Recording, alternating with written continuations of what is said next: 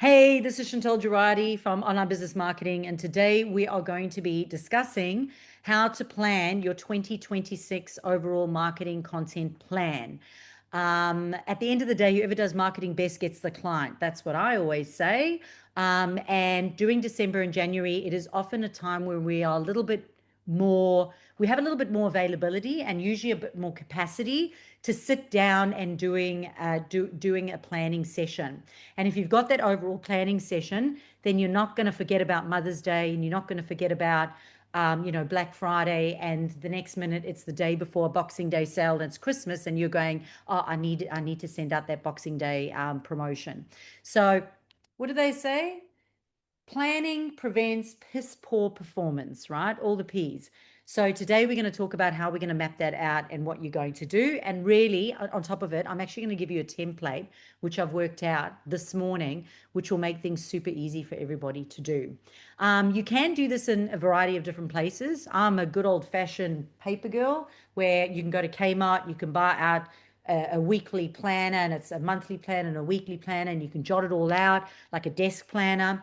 But I also like to have it digitally, like online as well. Canva is a great place to do it. You can actually go into Canva. There is a calendar section in Canva where you can go in and you can actually attach your images and your posts into there. And if you like, if you don't have a scheduling platform like OBM Hub, you can actually also schedule through Canva into your social media. However, we use OBM Hub. It's a lot easier, more reliable than Canva is, believe it or not. So let's get into it. So firstly, I think the most important thing is that when we are starting the year, it's about looking at that overall goal. Like, what is your overall goal? What is your overall intention? So that you can strategically start to think about, what do I need to be focusing on? When do I need to be showing up? What am I actually trying to do with my business? What is my offer? Who is my ideal client? And it's a really good time for you just to relook at these things, because during the course of 12 months, these things may actually change. Um, and your customers' buying persona may change. So, for example, we always knew that it was around 5 touch points in order to get somebody to make a buying decision. And now we're looking at, it's about eight touch points, and some people even argue 11 touch points. So we need to look at, who is your ideal customer? How are you going to actually connect with them? Are your hooks still relevant? What is your know, like, and trust, so that you can actually effectively communicate to them through your content, because that's what really it is about. And when it comes to your content and that overall plan, there is always your content, which is your know, like, and trust type of content, but then there is always your campaign content. And your campaign content is about a series of content that specifically is going to speak to a certain person and take them through the process of making a decision at the end. Whereas your content is just your ongoing know, like, and trust, which is what we talk about. And that's usually your eats content, which I'm going to explain a little bit later on. So a content plan really does give you and your marketing team clarity, so that you know what you're creating and why. It gives you a structure so you can see the year at a glance. It gives you direction so your content supports your offers and your seasons. It gives you the freedom so that you're not last minute scrambling. And I used, the funny example of Boxing Day, thinking the day before, which is Christmas, that, oh, I didn't do a Boxing Day campaign. And that's the last thing you want to be thinking about when you're enjoying Christmas. It gives you flow, meaning that your marketing is cohesive. So one minute you're not talking about one thing, and then the next minute you're talking about something else. And also it gives you that consistency so that your brand does feel cohesive, not just consistent, but also cohesive. And as you go out and you're more visible, you're actually looking at it like it all makes sense, that it's not all just scattergun all over the place. So it's not a collection of just random posts, but rather cohesive. So your content plan is really going to be broken into 4 layers. And that is, first, your anchors. So your strategy anchors, where you look at your direction, your trust builders, and your growth focus points. So write that down. Your strategy. What is your overall direction? What are your trust builders? And what are your growth focus points? Then number 2, it's looking at your marketing ecosystem, which is the 6 key marketing areas that I always talk about. I'm going to go into all of these. Then you're going to be looking at your themes across the year. So, what is happening in January, February, March, April, May, June, July, August, September, October, November, December? What's happening in your life, but what's also happening in your customer's life so that you can create content that is relevant. And it's also industry specific. So, for example, I work with a lot of people in the caravan and camping industry, and they've got a lot of expos that they do with the caravan and camping industry, and they've got to make sure that those industry cycles are all mapped into their calendar. And also there, when it comes to those themes, you might also be looking at your school holidays. So for example, if your clients have got children or go away in the Easter holidays or go away in December and January, well, then you wouldn't be starting a program in January, you'd be starting a program in February, not January, because they'd be away. They'd be on holidays during that time. They're not going to do it. So it's important to take all of that into consideration. And then you want to look at the fourth one is your channel specific plans. So how are you then going to relate your annual content planning to your themes for your blogs, your social media, your email marketing, and also what is going to happen with your partnerships or your joint ventures? So, for example, again, using my caravan and camping industry, I got 4 of my clients together who are in the caravan and camping industry. They have businesses, they sell products, and I got them together and they ran a Black Friday campaign competition together, the 4 of them, and were able to then market accordingly to each other's network. So, that takes a lot of planning in order to be able to create that, right? So that's partnership marketing, and it's definitely part of your growth strategy. And then, of course, lead generation, because at the end of the day, if you're just putting out content, but none of it is actually lead focused or sales focused, your social media is never going to actually amount to any leads or sales. So let's talk about step 1 first, and that's your strategy anchors. So really, before you start going to your calendar or to Canva, you've got to make sure that you're looking at, what your core message is. What is your brand direction? What are people searching for online? So it's really just getting back to the core of your business. Who's your ideal client? What are they struggling with right now? How are they searching on Google? What are the words that they're using? What are they interested in? So that you can start outlining what is your big theme for 2026. So your big theme or your big focus. So for example, ours is, I know what ours is. Our latest theme, and we've done a lot of research over the last 3 months, is our webinar that we're doing in our funnel is about how do we create a marketing unicorn. And that's going to be our theme. And we're going to start integrating those colors and a unicorn. And I just even bought a unicorn lights at the moment. And all our AI marketing that we're doing is around the unicorn and our brand, and that's going to be our big theme for 2026. So I'm putting a bit of fun into it. And also I've looked at my ideal clients, and for the whole year, all I've heard people talking about is how do I create a marketing unicorn? So that is why we're going in that direction. Then you're going to be looking at the key problems that you solve for your ideal client. So for us, we work with Australian and New Zealand clients, and we look at what are the biggest key problems. And as I said, right now, it's about how do they actually manage their marketing? How do we make it easy so we don't spend our lives online? And then you want to be looking at what are the transformations that you deliver. So what are the transformations that you deliver? So the outcome of what people experience after working with you or buying your product. Then you want to look at the search phrases that people are using in Google, because that's going to form part of your key messages and your SEO words that you're going to be using, the words that they're using, not your words, but the words that they use. And then, of course, you want to relook at the tone that you're going to use. So whatever your brand voice is, what is that tone going to be? For me, I wanted it to be a little bit, funky, a little bit fun, and put that unicorn, sort of message into it for the year, because I can be a little bit cheeky. So again, it's all about the content being relevant, cohesive, and of course, SEO friendly as well. So then your second anchor is the trust building content framework. And that really is Google and your audience, and how you can create relevant content, which Google's going to reward you for, and therefore help you reach a wider audience. And how Google works is they look at relevancy, and they look at how genuinely useful it is and how human-centric it is as well. Okay, so they don't want AI-centric content, they want human-centric content.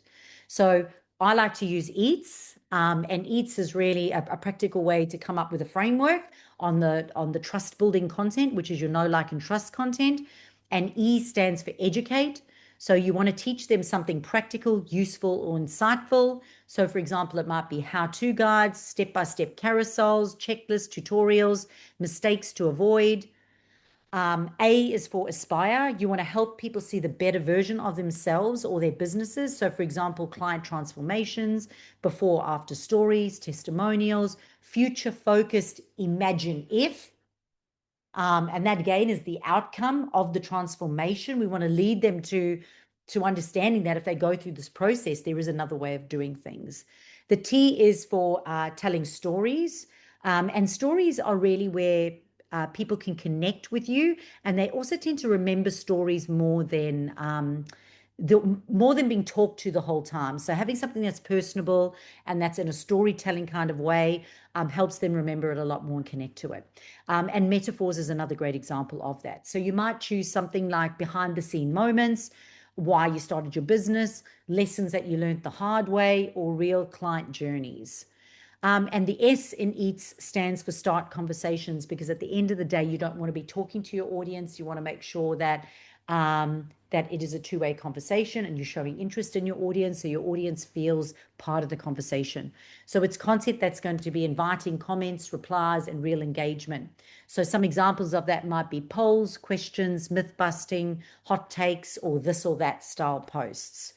And we want to be looking at, at least one of each over the course of a week, right? So 4 posts. So over 12 months, then, you've got 52 weeks, 52 weeks of EATS, 52 weeks of EATS. That sounds cool. So anchor 3 then is your growth focus points for 2026. So these are like your big rocks for the year. So you want to tactically identify, what are the offers that you want to grow? What are the launches that you're going to be doing? What speaking events are you going to have? How many webinars are you going to run? What events or expos are you going to go to? What conferences are you going to be going to?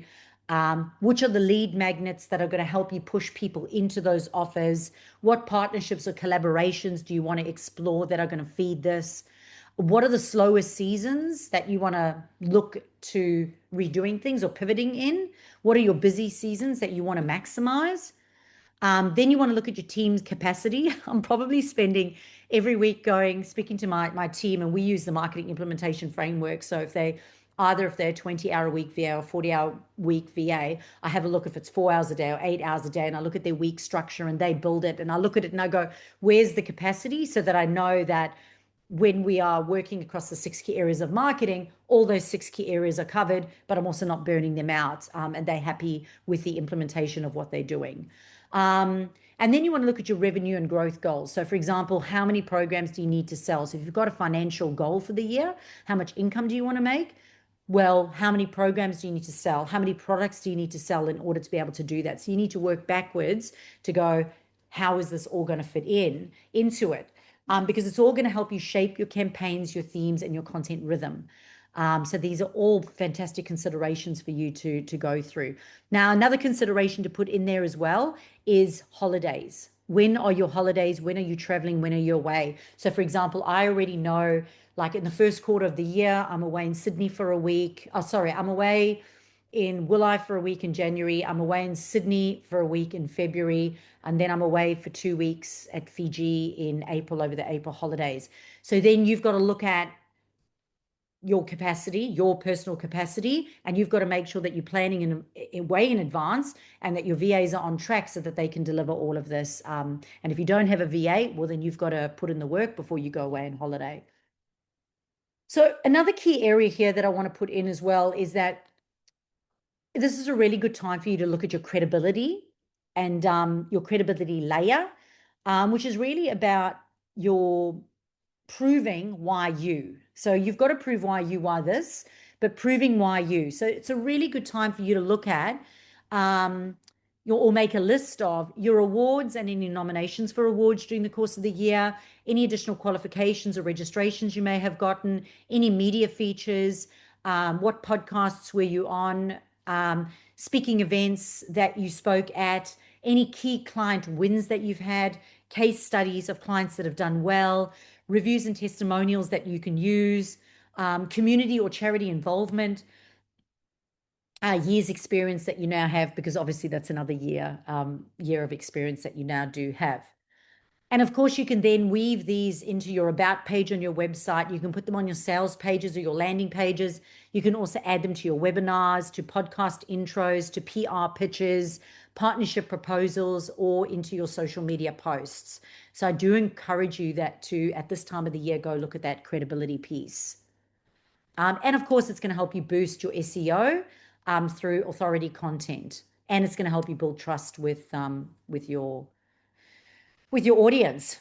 So let's look at those 6 key areas that I was talking about. When I talk about marketing, I always talk about the six core areas in your marketing ecosystem.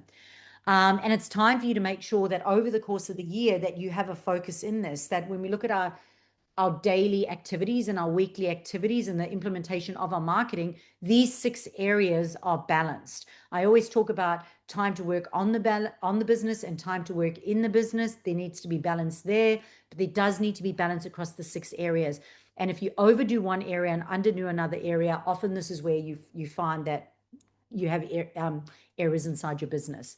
So number one is your website. You've got to make sure that you've got your SEO blogs, you've updated your service pages that are going to, speak to your ideal audience of where they're at in 2026, not 2025, because it may have changed. Your landing pages for your campaigns may need to be tweaked with that language. And your call to actions obviously need to be relevant to that offer and to the next steps. Number 2 is your Google. So this is a great time for you to go to your Google My Business page and look at your, do your updates, add new photos and images, have a look at your reviews and make sure that you've answered those reviews. Check your SEO is still current with SEO of, the end of 2025 and not the beginning of 2025. And you can do that by also looking at answerthepublic.com. So, updating your SEO list. And then, of course, looking, is your business info and your opening hours still relevant? And your contact details, are they still accurate? Number 3 is social media. So this is a great time for you looking at, your regular posts, your reels, your stories, your lives or videos, and conversations with the community, and reflect on, what worked, what didn't work, and what you feel will work better. Number 4 is email marketing. So is making sure that you're prioritizing newsletters, but then also your campaigns or your launch series. Also relooking at your nurture flows and segmentation and re-engagement. Number 5 is partnerships. So making sure that in your weekly week that you are actually looking at partnerships. Are you doing joint webinars, podcast swaps, guest blogs, speaking at other people's events? Are you doing cross promotions, competitions, collaborations, events? These are all part of your strategy to grow. So how more can you tap into that? And then number 6 is lead generation. So again, if you're just focusing on the know, like, and trust content in social media, but not the sales focused lead generation activities, you're going to struggle throughout the year. So where does lead generation fit into your plan? Your lead magnets and quizzes, your funnels, landing pages, your events, webinars, and your appointment setting or DM outreach, and of course, networking as well fit into there too. So you have to make sure that in your 2026 plan, those 6 key areas are featured at least in a fortnightly. I wouldn't go beyond a fortnight. Beyond a fortnight, if you're not, say, for example, partnership marketing, you might be focusing on maybe once a month. But for us, we definitely would be doing it at least fortnightly and no less than that, because it's highly valuable. All right, so let's look at how we would then map out our 12-month themes. Now, as mentioned earlier, this is for Australia and New Zealand, but obviously wherever you are watching in from, you can obviously have a look at it. So we would be, yeah, let's have a look. Sorry, just having a look at that. Cool. So the simple question that you'd be asking yourself first is, what matters to my audience in each season, each month, and each industry cycle? Because I know with the people that are on the call here live today, they're all in various different industries, and their content plan for the year, themes, is going to be completely different to everyone else on this call. So it is super, super important to look at who is your ideal client, what is going on for them right now in each season, each month, and each industry cycle. And we'll do this at the end. But to give you an indication, just to kind of start you off in that process, some of the seasonal highlights for 2026. Summer is December to February in Australia and New Zealand. So there's New Year planning, there's back to business content, there's holiday campaigns, back to school. And again, it may differ for you and your industry. In autumn, it is March to May. So for New Zealand, there would be end of financial year in March. There's Anzac Day on the 25th of April. There's Mother's Day in May. And maybe you might be looking at reset and refocus type of content. Our winter is June to August. So Australia has the end of financial year sales in June. There's winter wellness, motivational, and mindset themes. There's also a mid-year review. And for spring, we have it in September to November. So there's Father's Day, there's Mental Health Month, there's Black Friday, there's spring cleans, get ready for the new year themes. And those are just some of the examples that you could be looking at. There are a couple of other ones that you may like to lean into. So, for example, there are the international and national community and awareness days, which may be relevant to you. So, for example, International Bring Your Dog to Work Day or International Coffee Day. Some of these may be relevant to your industry or to your ideal clients that you want to obviously feature and put into your content calendar as well. A couple other ones that may align with your brand. For example, maybe Movember, which is men's health, and that's in November. And I know one of our clients is doing that. So Flat Out Multi-Reel, they're doing Movember at the moment, where their male team members are growing mows and raising money for Movember. And that's part of their content marketing plan at the moment. There's Are You OK Day in Australia, which is in September. There's International Women's Day, which is in March. There's Pride Month, which is in June. There's World Environment Day, which is also in June. And there's Mental Health Awareness Month, which is in October. So if you're looking for a broader list of global and quirky days that you can use for your content ideas, you can look at sites there's a site called Days of the Year. So it's daysoftheyear.com, and you can go in and you can find the ones that are relevant. Now, I have seen business owners and virtual assistants do this really badly, where they've gone in and literally their entire content plan is every single day it's something. Plastic bag awareness day, pizza eating days the next day, cook a pie day, and it's got nothing to do with their brand, and they've really just been lazy and they've just completely done that. I'm just going to suggest to you that choose the ones that are relevant to your brand, sprinkle those ones in, but your know, like, and trust content needs to be there. And then you still need to have space for your campaigns as well. So remember, campaigns are the big important ones. They're your lead generation activities. All right. So then we want to look at your industry specific themes. So a case of, again, what is happening in your industry right now? So for e-commerce businesses, for example, think in terms of seasons, gift cycles, and buying behavior. So again, Father's Day or Mother's Day gift guides, winter warmers or summer essentials, back to school, Black Friday, Cyber Monday, Christmas gifting, shipping cutoff reminders, start the year organized, new year, new you products, restocks, limited edition launches, last of the best sellers. Think about all of that, which you can feature if you've got an e-commerce business. But for service-based businesses, it's a bit different. You want to be looking at your goals, transformations, and decision-making moments. So for example, new year planning, fresh start offers, mid-year resets, end of financial year strategy or tax planning, transformations, get ready for the next year series, visibility campaigns, so PR, speaking, podcasting, maybe holiday stress support, managing the silly season, client success stories and case studies, or educational series that support your possible client through what they're going through right now. And we're going to do all of this at the end. We're going to go through each of the months as well. And I get you guys literally just to write it down on a piece of paper. So make sure you got some paper ready. And I'm just going to say, right, bang, bang, bang, let's get this done. So step 5 then is turning those themes into a structure. Okay, so now that you've got the direction, you've got the ecosystem, you've got the themes, we're then going to turn it into like weekly and monthly actions. So if we go, right, we're going to do a monthly SEO blog. We're going to aim for at least one long form blog per month that ties to your theme and your core keywords. And of course, for our live audience, in the private Facebook group, which they've got access to, as well as their frameworks folder that they have, we have an SOP, so an operational procedure for how to write a SEO blog, using AI as well. So for our live audience, you guys get access to that, and you'll also get access to the template that we're going to create for this, which will be dropped into the private membership group this Thursday. So, and of course, your content needs to align with what's happening with your client at that time. Other sort of content that you can include is educational guides, how to post, case studies, or frequently asked questions or myth-busting articles. You want to make sure that each blog supports the 6 marketing areas. So we went through it, like it goes onto your website, goes into social media, how to use it for lead generation, how to use it for email marketing, how can you use it in your partnership marketing? Like, could you send it to one of your partners and ask them if they mind emailing it out to their audience for you?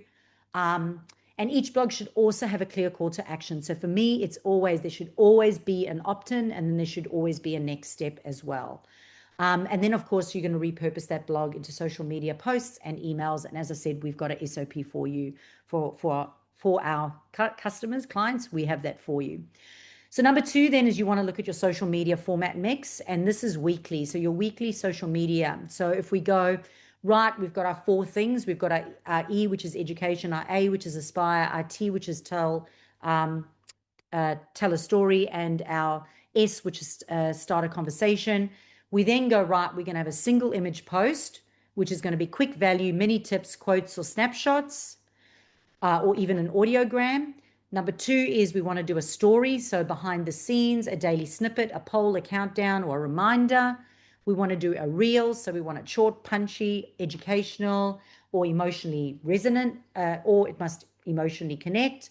Or number 4, you're going to do a carousel, which is a multi-image post, which is, frameworks, steps, lists, checklists, or case studies, which are great for your carousels. As an added bonus, if you want to throw in a 5th one over there, I've also added in doing a Facebook Live or doing a video. Facebook Live is not always possible. Also, I'm not a big fan that they get deleted every 30 days now. So they're not content that stays up, which means you have to download it and then save it. So for me, it's better anyway just to do a recorded video and upload it. But lives and videos are there for deeper connection, Q&As, mini trainings, updates, or launch announcements. And then number 3, of course, is your email marketing. So whether or not you're going to be emailing weekly or monthly, you can adjust it to that. But email is really responsible for sales from social media. That's how I say it. So it's all about nurturing the leads that we're getting from social media and turning them into buying clients. So whether or not we do that weekly or monthly, choose a rhythm that suits for you and your capacity. If it's going to be weekly emails, you want short, consistent touch points, such as a tip of the week, a quick story or lesson, a link to your latest blog or podcast or video, or a soft call to action, or even a hard sell, which would be part of your campaign marketing. Monthly newsletters may be a longer form roundup, which might have highlights from the month, new blogs or resources, behind the scene updates, client wins or case studies, or upcoming events or offers. And then, as I said, then you have your campaign emails on top of that. Please note they are 2 different things. Your newsletters are your newsletters. It's the know, like, and trust is the newsletter. The campaigns are really getting people to make a decision. So campaigns are your webinars or challenges, your lead magnet pushes, your promotions or launches, your partnerships or joint venture campaigns, your seasonal sales like end of financial year, Black Friday or Christmas, and can also be retargeting as well. You could put in there too, retargeting emails or SMSs. So how do you make it stick? Well, again, if it's not in your diary, you're not going to do it, which means if you haven't put in your diary that you're going to map out your content for 2026, it's not going to happen. So I encourage you to do that now. Go and block that time in. But on top of it, you want to make sure that you are protecting your time for both content creation and reviewing that content to see if it works. If you are only doing a reporting session at the end of the year, then you are literally just throwing stuff out and aimlessly and hoping for something to stick, and you cannot make data-driven decisions. So you need to be reporting more regularly than that. So you want to make sure that you're blocking regular time for content creation, whether or not it's you doing it or your virtual assistant. You want to make sure that you've got a separate block for uploading, scheduling, and formatting, and the editing process as well. And then also that regular check-in to see what's working and not working and how can you make more changes.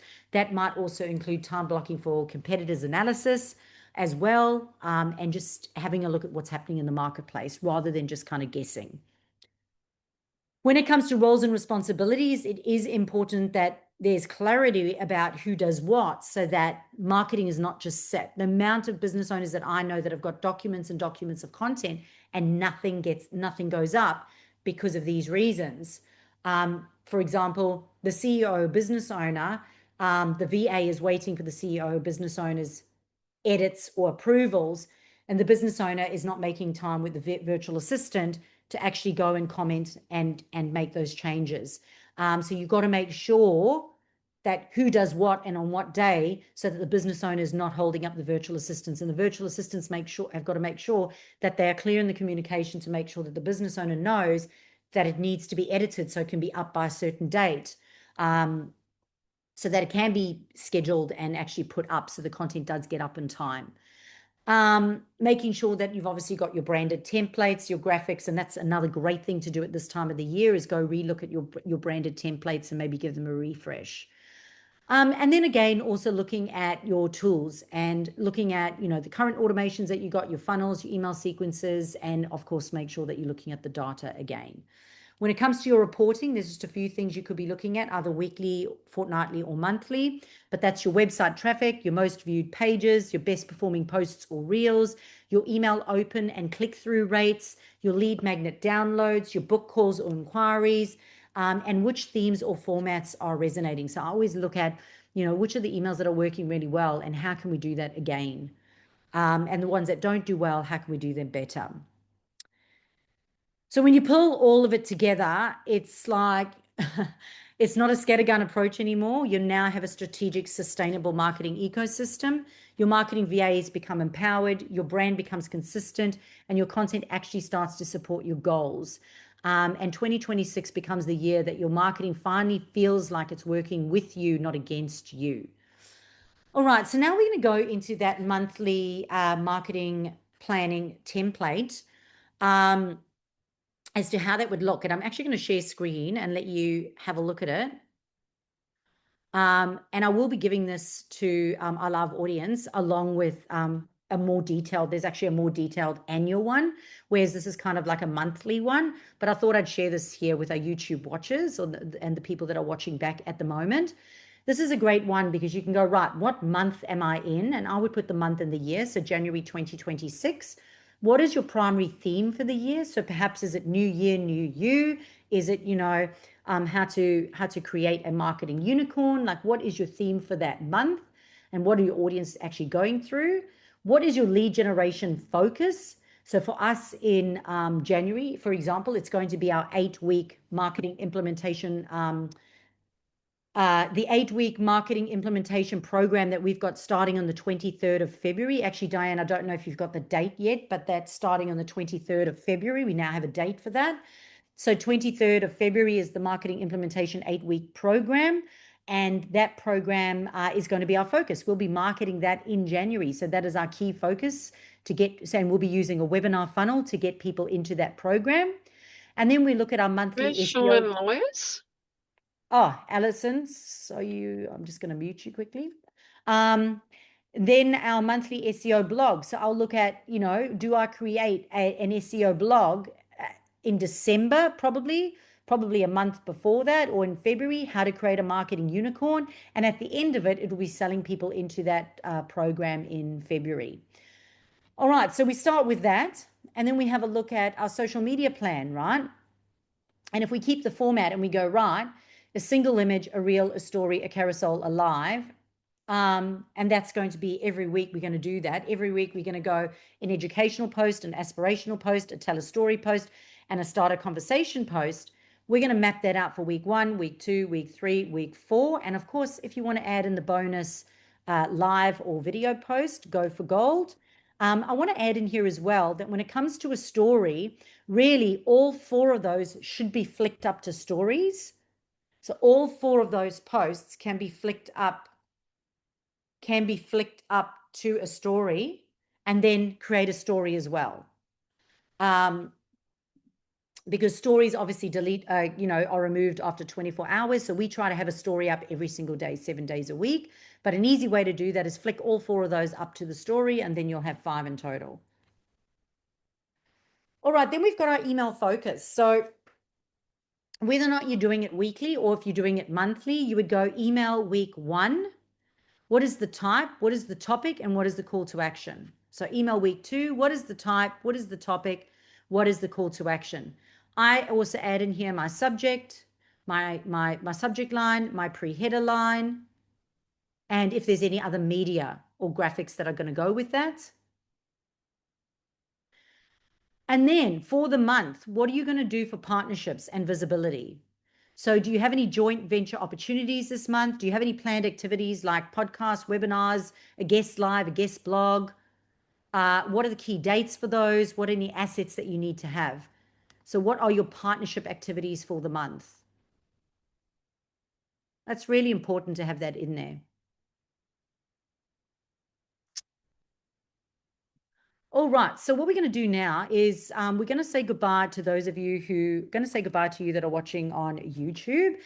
From that, you can always listen back and go through slowly and map out your content for 2026. Literally do step 1, then do step 2, do step 3. But for our live audience today, we're actually going to go through now and I'll take them through a process so that they can quickly map it out. And it's going to happen so quickly that you're actually going to be so surprised because we're going to do it in 7 minutes, not 60 minutes. It's going to be that quick, but just write it down. It's going to be a massive brain dump. For those of you watching on YouTube, if you haven't already, please subscribe. If you'd like to be part of the live audience, please click into the comments below. This is Chantal Girardi from Online Business Marketing.